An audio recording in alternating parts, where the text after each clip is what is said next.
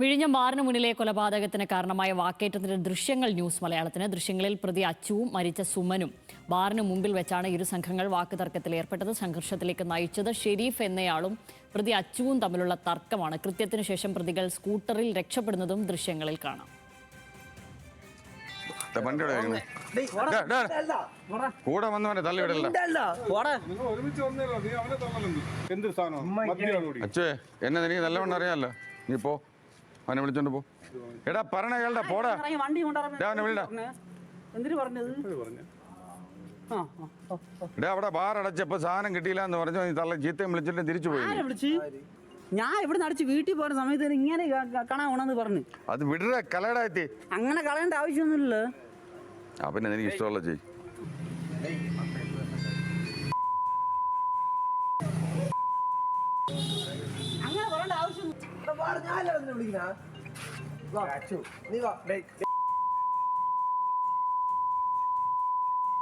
ദേവനുണ്ട് വിവരങ്ങളുമായി.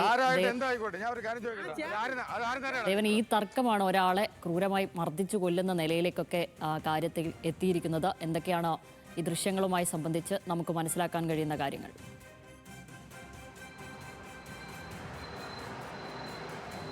ശ്യാമിലി, കഴിഞ്ഞ ദിവസമാണ് വിഴിഞ്ഞം മുക്കോലയിലുള്ള പോർട്ട് പാലസ് ബാറിന് മുന്നിൽ ഇത്തരത്തിൽ അത്യന്തം ദാരുണമായ ഒരു സംഭവം ഉണ്ടാകുന്നത്. അവിടെ മദ്യപിക്കാനെത്തിയ സുമൻ എന്ന് പറയുന്ന ചെറുപ്പക്കാരൻ, 38 വയസ്സുള്ള യുവാവിനെ ഇത്തരത്തിൽ രണ്ട് സഹോദരങ്ങളായിട്ടുള്ള 2 പേർ ചേർന്ന് ക്രൂരമായി മർദ്ദിച്ച് കൊലപ്പെടുത്തുകയായിരുന്നു. നിലത്ത് വീണ സുമനെ കഴുത്തിനും നെഞ്ചത്തും ചവിട്ടിയും വാരിയിലിനും എല്ലാം തന്നെ ചവിട്ടിയും ശ്വാസം മുട്ടിച്ചുമായിരുന്നു ഈ മർദ്ദിച്ചിട്ടുണ്ടായിരുന്നത്. ഈ ക്രൂരമായ മർദ്ദനത്തിലാണ് സുമന് മരണം സംഭവിക്കുന്നതും കഴുത്തിലെ ഞരമ്പുകൾ മുറിയുകയും ഒപ്പം തന്നെ വാരിയലിൽ പൊട്ടലുകൾ ഉണ്ടാവുകയും ഒക്കെ ചെയ്തിട്ടുണ്ടായിരുന്നു. അങ്ങനെയാണ് പോസ്റ്റ്മോർട്ടം റിപ്പോർട്ട് പറഞ്ഞിട്ടുണ്ട്. അത്യന്തം ദാരുണമായ സംഭവമായിരുന്നു ഉണ്ടായിരുന്നത്. പക്ഷേ ഇതിലേക്ക് നയിച്ചത് ഇതിലേക്ക് ഈ ഒരു സംഘർഷത്തിലേക്ക് നയിച്ചതെന്ന് പറയുന്നത് ബാറിനുള്ളിൽ ഈ പ്രതികളായിട്ടുള്ള അച്ചുവും ഒപ്പം തന്നെ അനന്തവും സഹോദരങ്ങളാണ് ഇരുവരും. ഇവർ ഇരുവരും മറ്റൊരു വ്യക്തിയുമായി ബാറിനുള്ളിൽ വെച്ചൊരു സംഘർഷം ഉണ്ടാകുന്നു. ആ സംഘർഷത്തിലേക്ക് സുമൻ എന്ന് പറയുന്ന 38-കാരൻ പിന്നീട് ഇടപെടുകയായിരുന്നു ഉണ്ടായിരുന്നത്. ഈ സംഘർഷത്തിന് കാരണമെന്ന് പറയുന്നത് ബാർ അടച്ച ശേഷവും ഇവർ മദ്യം ആവശ്യപ്പെട്ടിട്ടുണ്ടായിരുന്നു. അങ്ങനെ ബാറിനുള്ളിൽ വെച്ച് ഈ ജീവനക്കാരും ഒപ്പം തന്നെ ഈ പ്രതികളായിട്ടുള്ള അച്ചുവും ഒപ്പം തന്നെ അനന്തവും തമ്മിൽ ചേർന്ന് ചില പ്രശ്നങ്ങൾ അവിടെ ഉണ്ടാക്കുന്നു. അതിലേക്ക് ഷെരീഫ് എന്ന് പറയുന്ന ഒരു വ്യക്തി, മൂന്നാമതൊരു വ്യക്തി കൂടി ഇടപെടുന്നു. പിന്നീട് ഈ ഷെരീഫും അച്ചുവും അനന്തവും തമ്മിലായിരുന്നു ഈ ബാറിനുള്ളിൽ സംഘർഷം ഉണ്ടായിരുന്നത്. ഈ പ്രശ്നം ഇടപെട്ടുകൊണ്ട് അത് പരിഹരിക്കുന്നതിനായിട്ടാണ് സുമൻ അവിടേക്ക് ഇടപെട്ടിട്ടുണ്ടായിരുന്നത്. പക്ഷേ പിന്നീട് ഈ 12 മണിക്ക് ബാർ അടച്ചതുകൂടി തന്നെ ഷെരീഫ് എന്ന് പറയുന്ന വ്യക്തി അവിടെ നിന്നും മടങ്ങിപ്പോയിട്ടുണ്ടായിരുന്നു. പക്ഷേ പിന്നീടും ഈ ബാറിനുള്ളിൽ അല്ലെങ്കിൽ ബാറിന് കോമ്പൗണ്ടിന് പുറത്ത് തുടർന്ന അച്ചുവും അനന്തവും ഒപ്പം തന്നെ സുമനും തമ്മിൽ പിന്നീട് വീണ്ടും തർക്കം ബാറിന് പുറത്തേക്കും വ്യാപിപ്പിക്കുകയായിരുന്നു. അങ്ങനെ ബാറിന് പുറത്തേക്ക് ഇറങ്ങിയ ഇരുവരും തമ്മിൽ വീണ്ടും തർക്കങ്ങൾ ഉണ്ടാവുകയും അത് പിന്നീട് വലിയ രീതിയിലുള്ള ഒരു സംഘർഷത്തിലേക്ക് മാറുകയായിരുന്നു. ആദ്യം ഈ ഇരുവരും തമ്മിൽ അവിടെ തർക്കമുണ്ടാകുമ്പോൾ അവിടെ ഒപ്പമുണ്ടായിരുന്ന ദൃക്സാക്ഷികളും ഒപ്പം തന്നെ ബാർ ജീവനക്കാരും എല്ലാവരും തന്നെ ഇവരോട് അവിടെ നിന്ന് പിരിഞ്ഞു പോകാനും ആ സംഘർഷം ഒഴിവാക്കാനും എല്ലാം തന്നെ ആവശ്യപ്പെടുന്നുണ്ട്. പക്ഷേ നമുക്ക് ആ ദൃശ്യങ്ങളിൽ, ഇപ്പോൾ പുറത്തു വന്ന ദൃശ്യങ്ങളിൽ നമുക്ക് കൃത്യമായി കേൾക്കാൻ കഴിയും പ്രതികളായിട്ടുള്ള അച്ചു അടക്കമുള്ള ആളുകൾ പറയുന്നത് അങ്ങനെ വിട്ടുകളയേണ്ട ആവശ്യമില്ല എന്നുള്ളൊരു കാര്യം പറഞ്ഞുകൊണ്ട് വീണ്ടും അവർ വളരെ ഒരു ദേഷ്യത്തോടു കൂടി തന്നെ ഈ സുമനോട് പെരുമാറുന്നതായിരുന്നു ഉണ്ടായിരുന്നത്. പിന്നീടാണ് നമ്മൾ ആ ആദ്യ ദിവസം പുറത്തു വന്ന ദൃശ്യങ്ങളിൽ കാണുന്നത് പോലെ തന്നെ അത്യന്തം ക്രൂരമായിട്ടുള്ള ഒരു മർദ്ദനം നടു റോഡിൽ വീണ് കിടക്കുന്ന സുമന് നേരെയും ഈ പ്രതികൾ ഇരുവരും ചേർന്ന് നടത്തിയിട്ടുണ്ടായിരുന്നത്.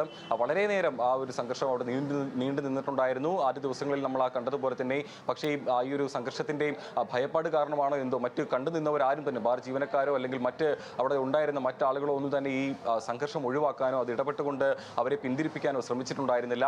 പിന്നീട് ഏറെ നേരത്തെ ആ സംഘർഷത്തിന് ശേഷം ഒടുവിൽ ഈ ജീവനക്കാർ ഈ പ്രതികൾക്ക് നേരെ പെപ്പർ സ്പ്രേ അടക്കമുള്ള കാര്യങ്ങൾ ഉപയോഗിച്ചുകൊണ്ടാണ് അവരെ അവിടെ നിന്നും ഒഴിവാക്കി വിട്ടിട്ടുണ്ടായിരുന്നത്. ശേഷം ഈ സംഘർഷത്തിന് ശേഷം ഇരുവരും ഈ സ്കൂട്ടറിൽ കയറി അവിടെ നിന്നും കടന്നു കളയുന്നത് നമുക്ക് ദൃശ്യങ്ങളിൽ കാണാൻ കഴിയുന്നുണ്ട്. പിന്നാലെ പുറകെ വന്ന മറ്റൊരു വാഹനമാണ് ഇത്തരത്തിൽ നിലത്ത് വീണ് കിടക്കുന്ന സുമനെയും കാണുന്നതും പിന്നീട് ആശുപത്രിയിലേക്ക് എത്തിക്കുന്നതും. ആശുപത്രിയിൽ എത്തിച്ചപ്പോൾ തന്നെ സുമന്റെ മരണം സംഭവിച്ചിട്ടുണ്ടായിരുന്നു.